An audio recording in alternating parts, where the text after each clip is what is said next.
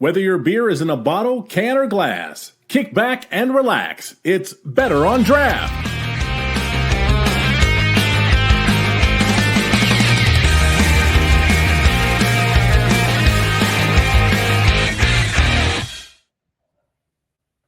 Hello and welcome to Better on Draft, episode 373.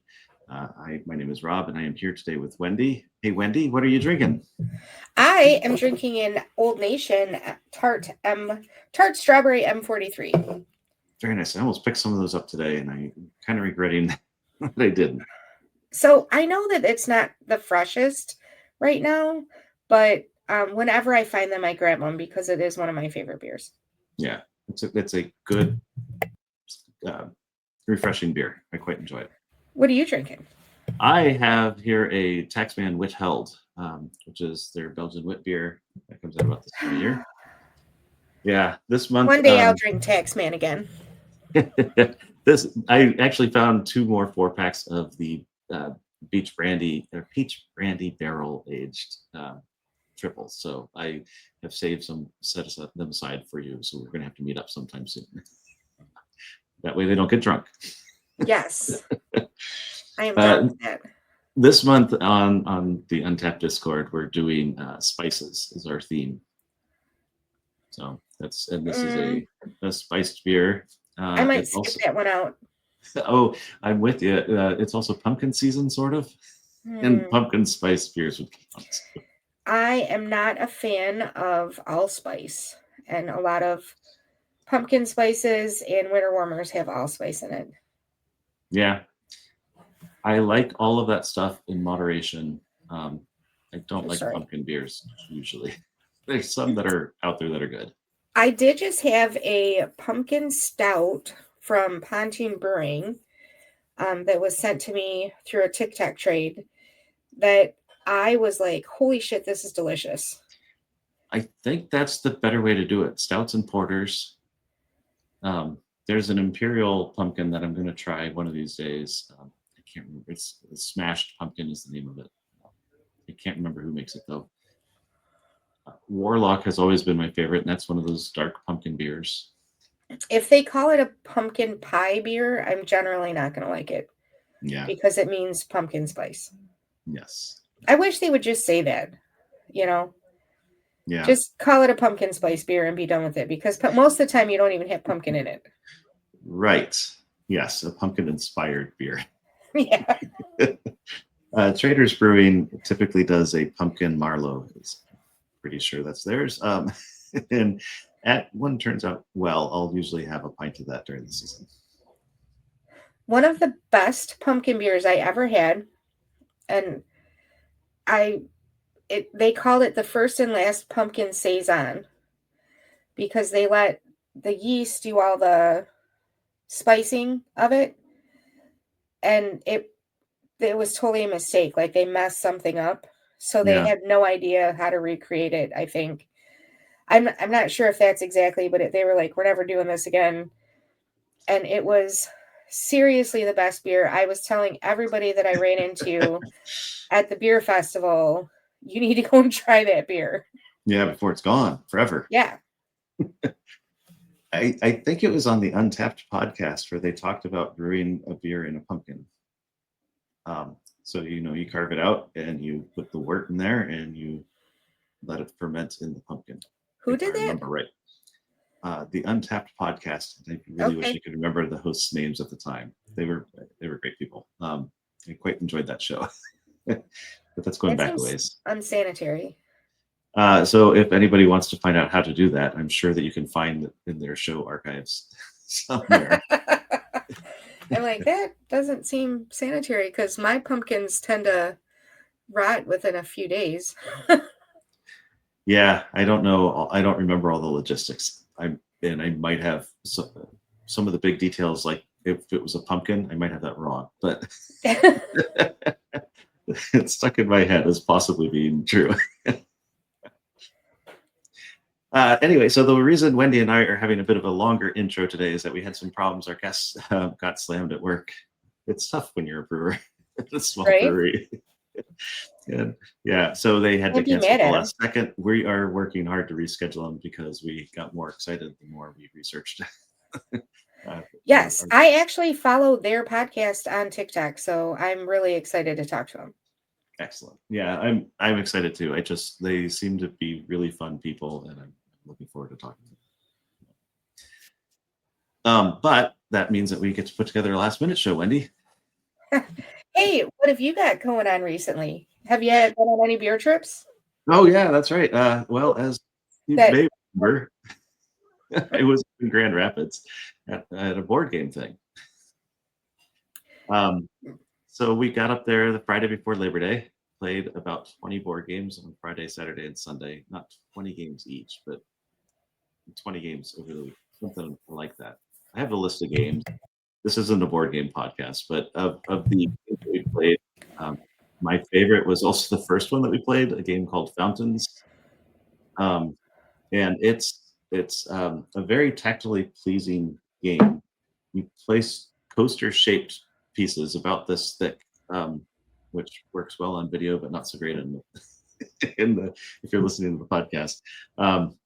But it's got some heft to it, and you build these fountains, trying to get different colored fish, or trying to make pools of water, and you make sure that your fountain is feeding the pools of water. It's a pretty fun game. It felt really zen to me. I quite enjoyed it. I do recommend that one. So I know that this isn't a board game podcast, but I was having beers with friends last night, and we were talking about a game that we really enjoy that most people haven't heard of. Have you ever played the Totally Insane card game? I have not. Oh my gosh, I'm gonna have to figure out how to get it. It's really hard to get decks of it anymore because they're sold out constantly. But it has like a million rules, and things change constantly. But it's so fun. There's an easier to find game like that, easier to find because it's got a bazillion different variants. A game called Flux, which is it's a pretty fun game. It will either make you friends or enemies because you can change the rules and the win conditions, and because you can change the win conditions, so What can is it your called? Because opponent. that's my kind of game. Flux, Flux. I'm writing that down right now. I haven't played that for a number of years because it makes enemies too. There is no friends when you're playing games. Yeah, Period. It started with spoons. There's no friends in spoons. It's as bad as when you play with someone in Uno and you have to have a wild as your last card, otherwise you're never going to go out. It's that bad. I've never heard that rule. No, it's not so much a rule as it is they are going to do everything they can to sabotage you when you're getting low on cards to make sure that, including counting cards, using reflections of things behind you, whatever they can do to figure out what you've got so they do not help you go out. Now, are you a fan of like house rules in common games?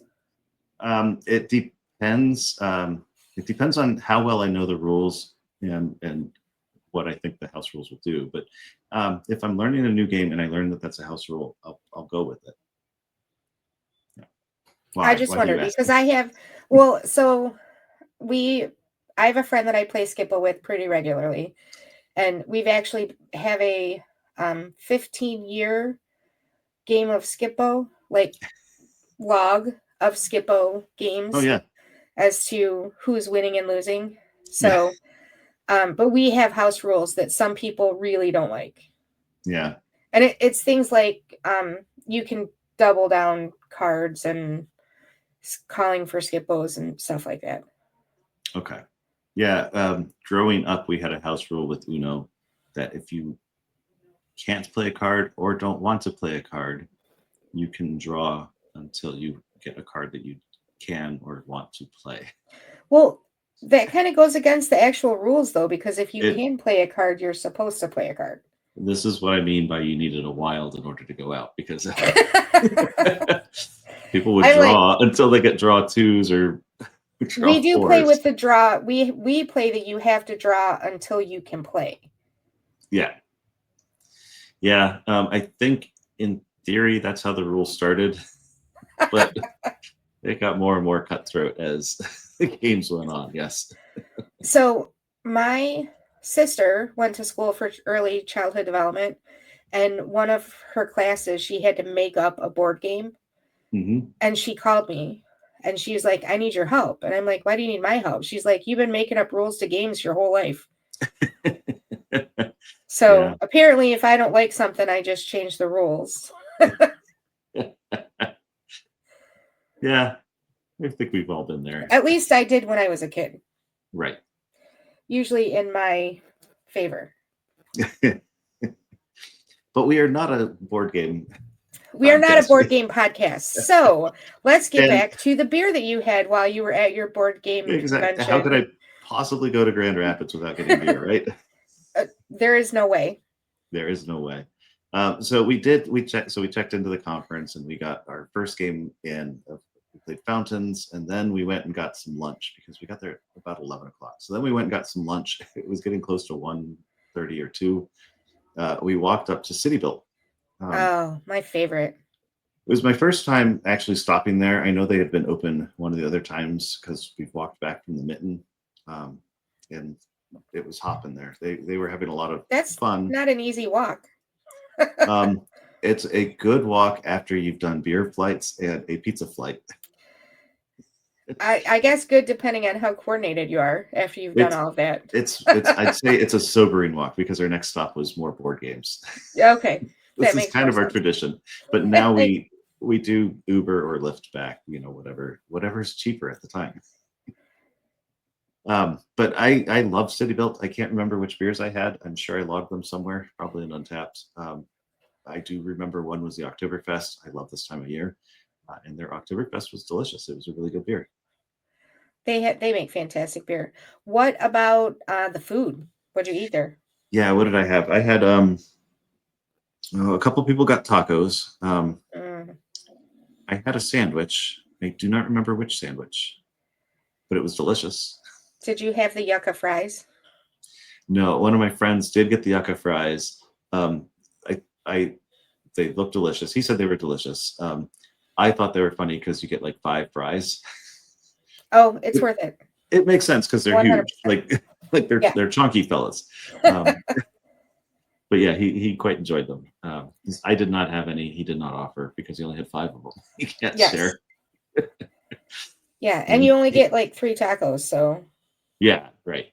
But we ate well. We drank well. We had a few beers and then went back to play more board games. And then that night, every the Friday night, we always go to the Mint for dinner. There were 5 of us at that time. Yeah, 5 of us at that time. We kind of grow and shrink in numbers as the weekend goes. And we started with 4 and then to 3 and then to 5 and then back down to 3. But we went to the Mitten and everybody, all 5 of us got a tasting flight. I did send Ken a picture of all of the tasting flights on the table. Because that's how I roll. But of course their beer was just delicious. They do such good beer. What was your favorite there? I know, I just realized Well, that. I mean, the peanuts and Cracker Jack, like You can't not do that. It's always good. It's always good, always delicious. I quite enjoyed that. I don't remember the other ones that I got, honestly. It's unfortunate. And then, well, my friend and I then split a pizza flight. So the 2 of us did kill a pizza flight while we were there. I was pretty happy with that. I didn't eat all of the pizza logs, but I think that's okay. So they had the Coney pizza? They did not have the Coney pizza this time. They did have the mac and cheese pizza. Okay. Well, yeah. I don't know if that's standard. common. Okay. Yeah, I don't remember what the standards are. Everyone's going to like that one. I love that pizza. I would get that anytime. I can't remember what the special pizza of the day was, but it had 2 types of olives and some balsamic on it, if I remember right. Sounds delicious. It's Did quite you good. see any ghosts while you were at Mitten? I did not see any ghosts. I always hope that I will. Yeah. We did have questions about the fireman's pole / stripper pole in the front of the building, but there were no question answerers around. It used to be an old fire station, didn't it? I Something along those would lines. assume so. And No, there there are was. there are stairs that go up there. I assume it was a fire station because it looks like a fire pole. There's a round hole at the So top of the ceiling. Mitten was actually on the show. Looking up when they were on. Yeah. Episode 227 was Mitten Brewing. All right, so about 150 episodes ago. Talked to us about the building that they're in and the ghost issues that they've had, which, you know, I thought was hilarious. But because Yeah. I'm like, and I want to go and do a show live there to see if we see any ghost stuff. But I would go there. that was a long time ago. We ate inside just because, but their patio was open and it was in the 70s the whole weekend that we were up there. It was actually in the low 80s on Sunday, but we were leaving then, so it was okay. That's not even that hot. No. So we had the Mitten. Again, always good beer there, always good pizza there. It's a staple of our trip every single time. Saturday's lunch was at Founders. And that again is just because it's tradition and because of the walking distance is kind of appropriate for what we want to do. I don't know how much longer it will remain tradition. Their beer still is good, so and their food still is good. I'm not trying to say that they aren't doing a good job or they aren't doing a good beer. It's just they're not necessarily one that I want to visit so much. Me either. Yeah. And then Saturday night we went to Kusterer. That's where we started. We played some games there, and I got what did I get? Well, German beers, obviously. I had a couple of beers while I was there.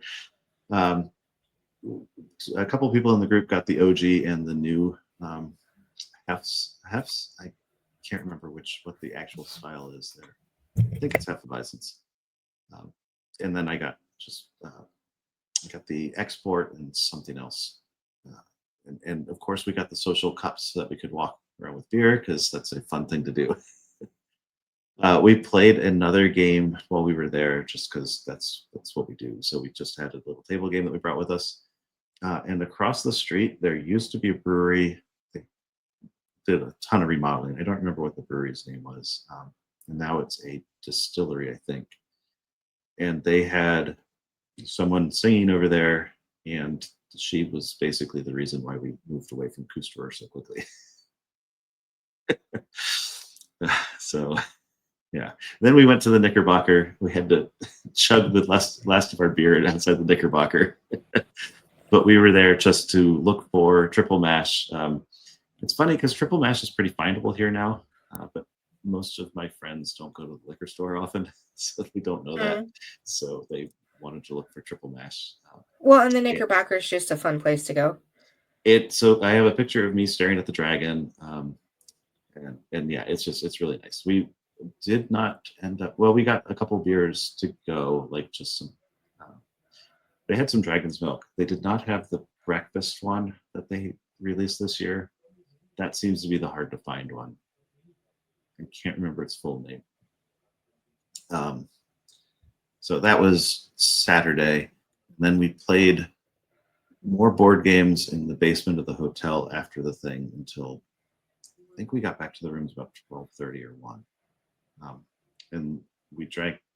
One of our people got some beers to go from the Mitten, and so we drank those down in the basement.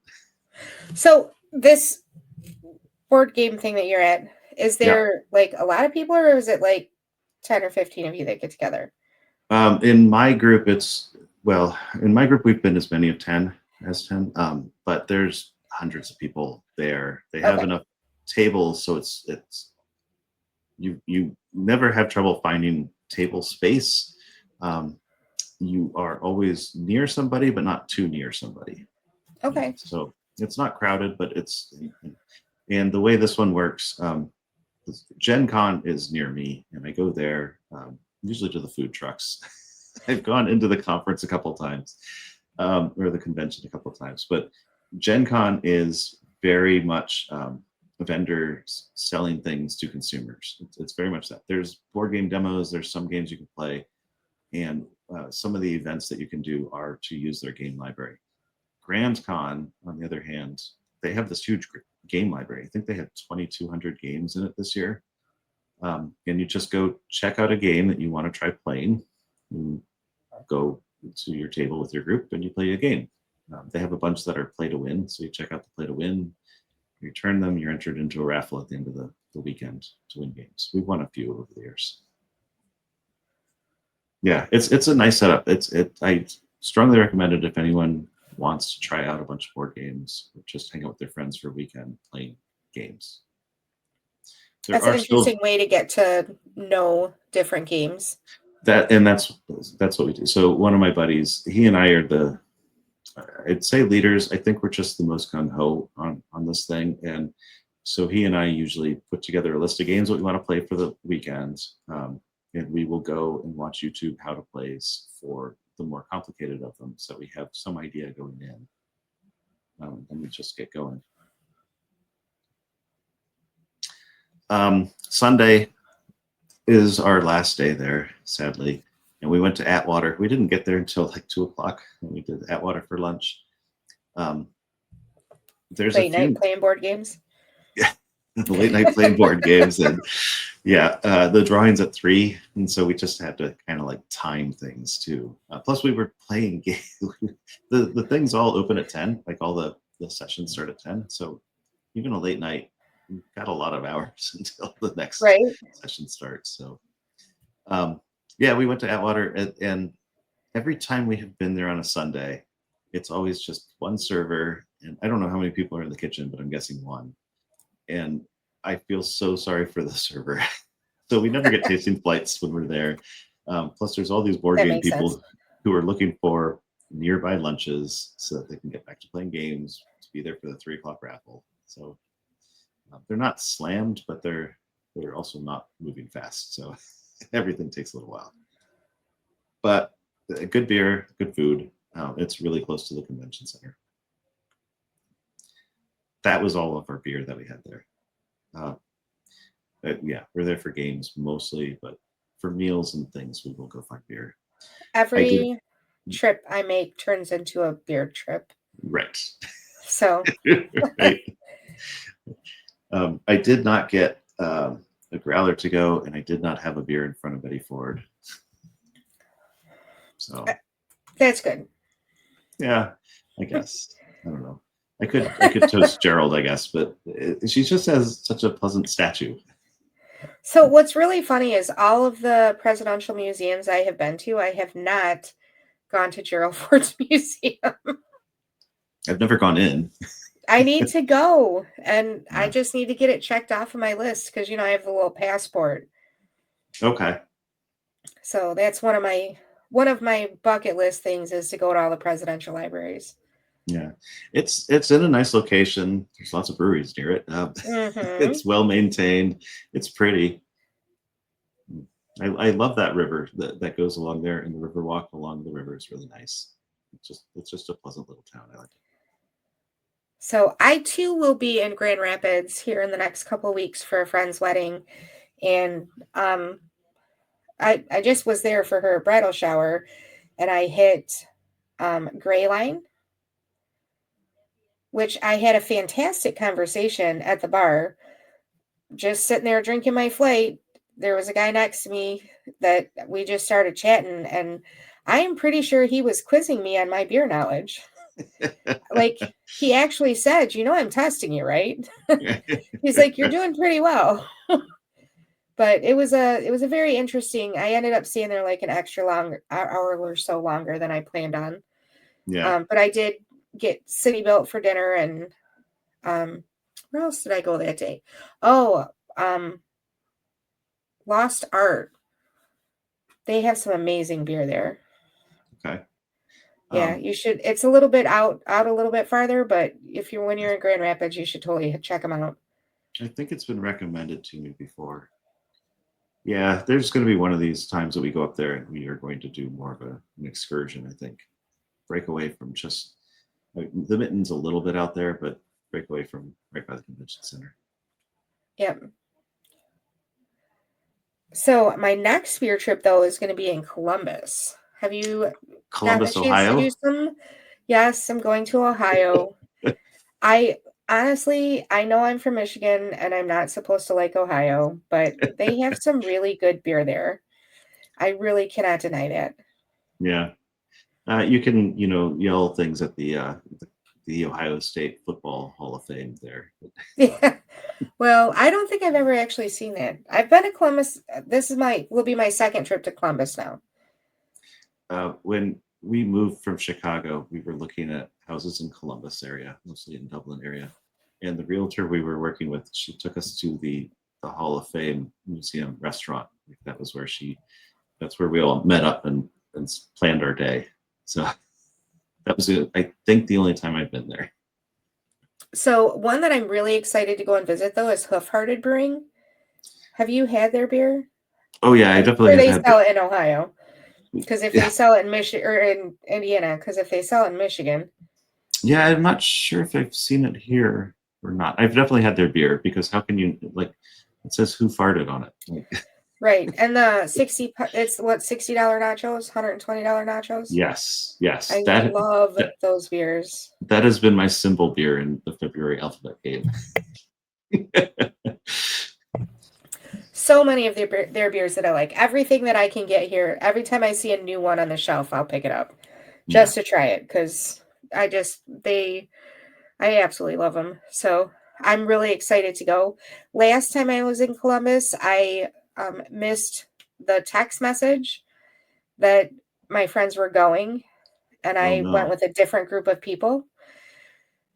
So I still had some great stuff. We had a really great brunch, and we went to a meadery and another brewery in Columbus. Okay.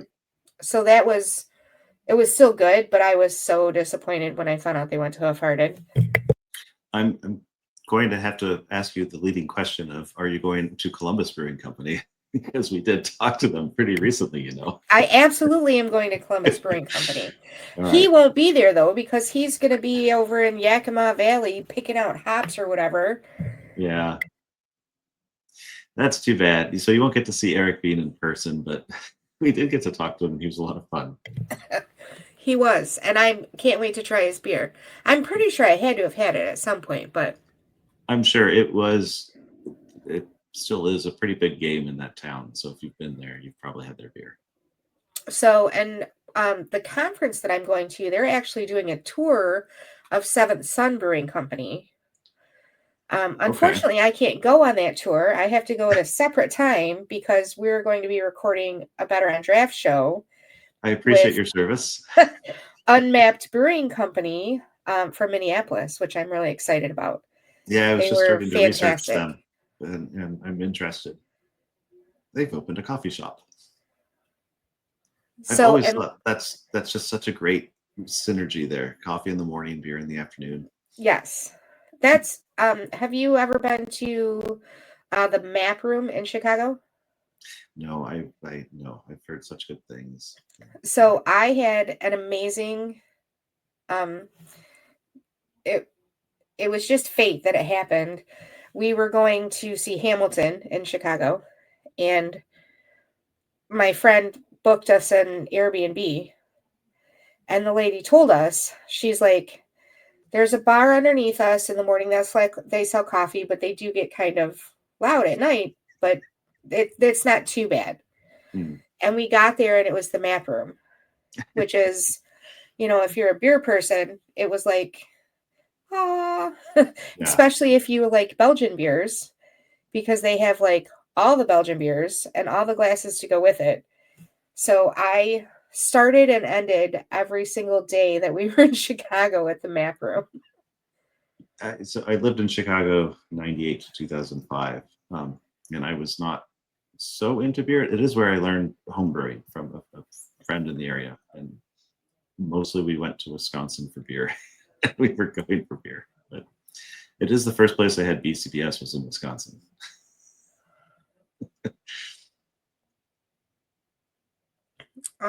Let's see what else. Oh, did you know that Nowhere in Particular now has a building? I don't know nowhere in particular at all. So Nowhere in Particular is they were like a ghost brewery. Yeah. Like they would go to all these different places and brew with people.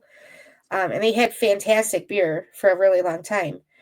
And now they have a location called Somewhere in Particular That's cute. in Columbus, Ohio.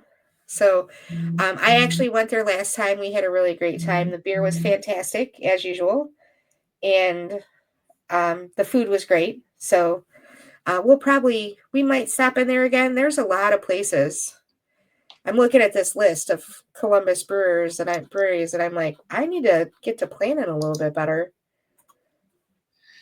Yeah. You mentioned Seventh Son, and I have been to a Seventh Son, but mine was near Tampa, Florida, and it's spelled a little differently. But if you end up down there, I can recommend that one. It's really good, and just down the street is a pretty good seafood restaurant. They pointed me at it. I said I was hungry and I had been drinking, and so they said, "Oh yeah, seafood place down the street. It's really good." So I went, ate there, and came back and had more beer. That works. Yeah. So, anyways, if anybody listening or hears this and has a Columbus brewery that they would like to recommend, let me know so that I can check them out. I will recommend Elevator, which is downtown. It's near the convention center. I'm not sure where you're going to be, but if you mentioned Hoof Hearted, and that is a few blocks away, it's not too far out of downtown. So the hotel that we're staying in is like right across the street from the Anheuser-Busch plant. So in the brewery district, I'm not sure. Yeah, I don't know my Columbus super well, but it might be near that Elevator. That was one of so Columbus Brewing Company was the first Columbus brewery I went to, and I think Elevator was the second I went to when I was working over there. And I quite enjoyed it. They had good beer, they had good food. They were in an interesting building, an interesting old building. So it was pretty fun. I really like it when breweries are in really fun buildings that you can check out. Yeah. It's a really old building with uneven floors and all that fun stuff. Of course, this might have been 20 years ago because I'm old, but I guess it wouldn't have been quite that long ago. But still, it's quite a while ago. Maybe they've done improvements or something. I don't know. So, what other trips or beer trips do you have planned coming up? I am going to Orlando the beginning of October for a work conference. So I don't think I'm going to get too much beer time, but I've already heard from some coworkers and ex-coworkers who are going to be down there, and they have all said, "We'll be there Sunday for beer." So let's see what we can't do. Sunday fun day. Yes. In November, I'm doing a cruise from Boston to Puerto Rico for my 50th birthday. Congratulations. I totally just said that out loud for other people here, didn't I? Everyone knows. I'm going to be 50, and I decided I'm going to fly in early to Boston so that I can go to Treehouse and Trillium to hit 2 of my bucket list breweries. Excellent. Yeah, I have been to both of those. Those will be fun. So how are you going to get out to Treehouse? I looked it up, and the hotel that I booked is a 32-minute Uber ride. Yeah. Okay. So it's not going to be cheap, but I'm going to do it anyways because it's my 50th birthday. What the fuck? It'll be worth it. Going to happen, and I know it'll be worth it. What really bums me out is that because I'm getting on a boat, I can't take beer with me. Right. So I'm like, I'm going to be there, but I can't Boston, take it right? home. No, because I am doing a repositioning cruise. Oh. And I'm ending in Puerto Rico. Oh. So, which if I have enough beers in me, I call it Puerto Rico. So I have brought back a case in my luggage from Treehouse before. I think that's the most beer I've ever brought back on a plane. If fill the I can case. figure out a way to just check it in and be like, yeah, can you just put it in storage and I'll pick it up at the end of the cruise? I would do it if I didn't have to fly home from Puerto Rico. Yeah. Yeah, the logistics suddenly got worse. I guess you could technically ship it home, but I don't think I'd want I would have to trust my beer to find that. some place to ship it from. Which, when I went to Denver for my birthday a few years ago, quite a few years ago, I did ship beer home before I Okay. I shipped beer home from there because I was flying home. Some Yeah. of it went in my suitcase, but most of it was shipped home. I've shipped beer, and of course, Tavor is a thing. They ship beer. We know it can be done, it can be handled right, but I've always done it on the cheap, and I don't know that I it's always mean, handled right. I didn't ship beer. What was I thinking? Oh, yes, I right. Sorry. absolutely did not send it through the mail No, that's not allowed. I forgot to about that. Michigan. I sent it to my friend in Ohio, and then they went and picked it up from them when I got home. Well, yeah, you sent live yeast samples or something like that. Yes. Yeah. But I have done that. I have shipped beer from places that I've been, depending on what my. But I have also brought a second suitcase Mm-hmm. so that I could bring beer home. Yes. Oh, yes. That is definitely not. You just put the empty suitcase, like you fill the one suitcase and you put it inside another suitcase Oh, okay. on the way there, and then on the way back you have two suitcases because it's full of beer. Oh, gotcha. Okay. That was oh God, where was I that I did that? I brought home a lot of beer. I think it was Atlanta. I've always had room for beer. I've never had to throw stuff out to make room for beer, but I would. Like when I came back from Switzerland, I had room for beer and a lot of chocolate. So much chocolate. The first time I went to Atlanta, my friend laughed at me because we stopped at the dollar store on the way to the airport so that I could get stuff to wrap the beer I had bought in my suitcase because I didn't have enough packing supplies. I always have plastic bags, duct tape, and I've just learned to wrap them in my clothes because I bring electrical tape because I do that on the, if it's bottles, I do that on the bottle caps anyway. that makes sense. Yeah, so I do that when I ship it. My friends make fun of me because I also bike with the electrical tape because I will bike home with growlers. In fact, my second beer that I didn't even announce is a Dragon's Milk oatmeal cookie growler. Oh, delicious. It's $21 for a growler fill. Anyway, I biked that home last night, but I will wrap the lid of that with electrical tape because I'm on a bike. There's a little bouncy. They don't wrap your growlers with electrical tape in Indiana? No, they don't seem to have to seal growlers here. I've been places Oh. where they do. They do not have to do that here. Yeah, I haven't bought a growler in a long time. Not one that wasn't like super fancy. But they they used to have to electrical tape them before they would. I've definitely been places where if it's to go, they have to seal it. They have to mark that it's to go and make sure you don't open it there. They don't seem to do that here anymore. They also used to, it was the Upland tap room. If you go and get a growler fill, they had this whole apparatus and it would purge your growler and fill it with nitrogen and then fill it with beer. And it was a whole thing. And then they would seal it because it's now perfectly poured. Oh. Yeah. But you gotta love Upland. You could get their sours and growlers and things like that. So yeah, I haven't seen one of those for a while now. I'm trying to think of when the last time I actually bought a growler. Hearsay, I got a really cool growler from them. That is fantastic. I can't wait to go back and refill it. Yeah. Does Michigan require proper glassware to get it filled, or can you take that to any brewery and get it filled? It depends on the brewery. Some breweries will refill other people's, others make you buy theirs or have theirs. I guess I don't have the thing here.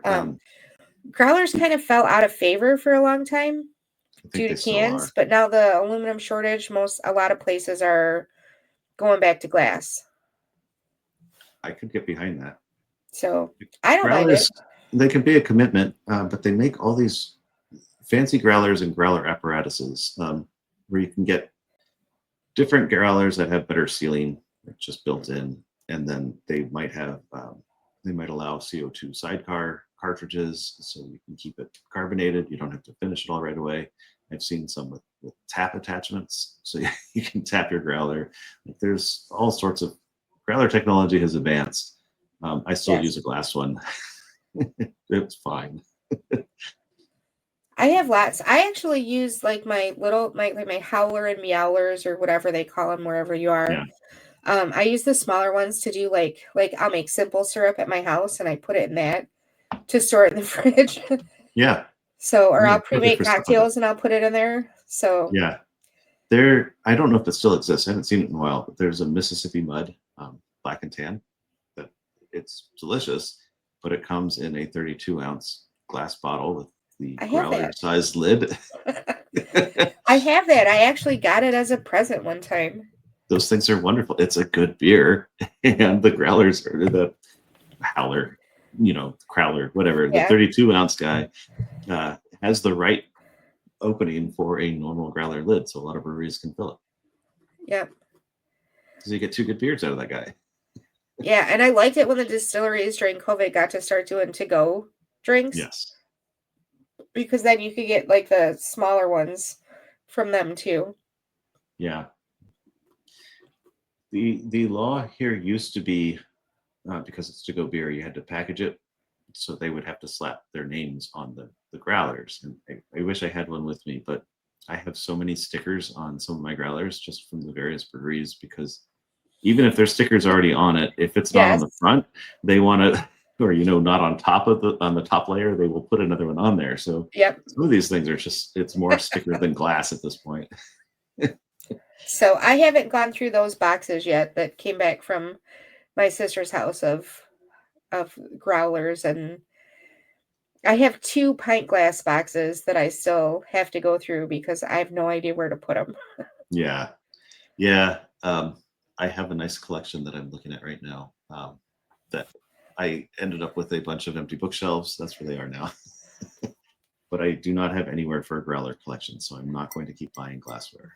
So I will tell you, I just cleaned. I'm getting ready to clean out the rest of my beer cellar to put canned goods in there, because I've been canning so much this year. Oh, okay. That I don't have anywhere to put the cans. Okay. So, and I'm like, cellaring is really, I think, a thing of the past. Most people aren't doing that now. I spent a lot of time drinking down my cellar. Yes. A lot of wonderful time drinking down. Some of it not so great. Let's be honest. Yeah. I had some sanitarium, which is a quad that I absolutely love, that definitely sat for too long. Yeah, it's always sad when that happens. Mm-hmm. So I still have, you probably will see me posting stuff about drinking down my cellar now, because I have to. Now I'm really like at the point where I have nowhere to put the canned goods, so I have to clean out the cellar. Yeah. My family was like, "You're going to get rid of your beer cellar?" I was like, I got to put these cans somewhere. One bottle at a time. So, yep, we're going to clean it out. It was about a year ago that we had that in-person 3-hour marathon recording where we helped clean out a bunch of cellars. That's true. We also drank sanitizer water. Yeah, that is true. Which I almost bought. What the heck was the name of it was the Bee Nectar? It was Bee Nectar Zombie Killer. I almost bought Zombie Killer today. And when I looked at it, I thought of that, drinking the That's right. sanitizer water. I'll never look at the Zombie Killer the same again. It's so delicious, though. It doesn't taste right. Yeah, it's a little thin. That was funny. He's like, we totally got the sanitizer cans. Yeah. And Nick's like, I've been storing sanitized water for you for years. That was awesome. Yeah, that was quite the surprise. We had already been drinking pretty well, too. Mm-hmm. Yes, they were definitely excited to share with us. Yeah. Yeah, it was good times. Well, I think that will probably do it for this one. You are going to have so much fun in Columbus in 2 weeks. Is that right? Nope, this weekend. This weekend is Columbus. Okay. Not this weekend. Next weekend. Next weekend, right? Next weekend. We are, of course, recording on the 5th. Yes. So, yeah. Sorry. No, it's My calendar dates are all messed up. well, and time gets funny, especially when you're making a recording. Mm-hmm. And so upcoming, we have Derek from Unmapped Brewing and Base Camp Coffee Roasters. That is, we are recording that on the 12th at 8:30 Eastern. I'm not sure what we're recording on the 19th, but hopefully we can get Berkeley Alley or someone. We've got a couple people we're trying to slot into that to get them scheduled. And then we are definitely off the week after that. Both Wendy and I have commitments. And on the 3rd of October, which is right before I go to Orlando, we will be talking to Phantom Canyon, which is a brewery out of Colorado Springs, Colorado. Wendy, do you have anything coming up that you want to plug, or? Nope, just the Columbus trip. And watch your cellar draining progress. Yes, I'll definitely TikTok, post some stuff. Yeah. Yeah, excellent. I have nothing exciting coming up, and I'm kind of happy about that. That's a good thing every now and then. Finally, some quiet time. And now that I am drinking a beer that came from a growler, so it was on draft, I will end the show like we end every show and say, no matter what you think of your beer, we think it's better on draft. Cheers.